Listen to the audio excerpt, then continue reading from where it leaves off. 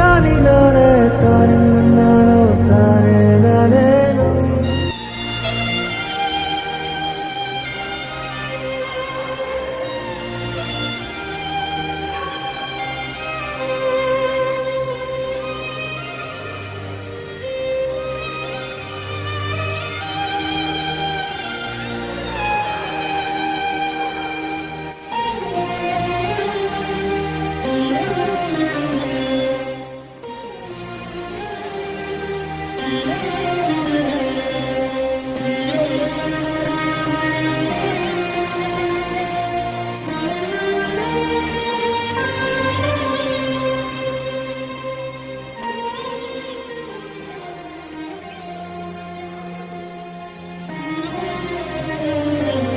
கிராமத்தில் சேர்ந்த சீதாதேவி ஆகிய நான்.